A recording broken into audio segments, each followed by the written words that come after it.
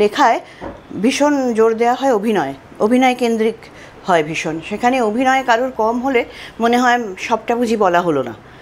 তো এখন নিশ্চয়ই সবার থেকে তো আমি সেই জিনিসটা পাবো না, সেইটা হয়তো আমার মাথায় ঢুকতে অনেক সময় লাগে। তাই মনে হয় যে ও একটু ভালো করলে এইটা বোঝা যেত, ও একটু ভালো করলে এইটা বোঝা যেত, ওইভাবে তো মনেই হয়।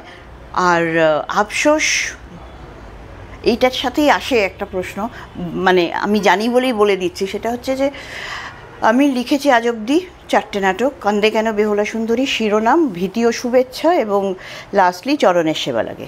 এই 4টে নাটকই অদ্ভুতভাবে বাধাপ্রাপ্ত হয়েছে। মানে কান্দে কেন বেহুলা সুন্দরী অবশ্য অনেকগুলো শো হয়েছে, তারপরে আস্তে ওটা বন্ধ হয়, তারপরে শিরোনাম বন্ধ হয়, মানে এক একবার এক একটা কারণে বন্ধ হয়ে গেছে।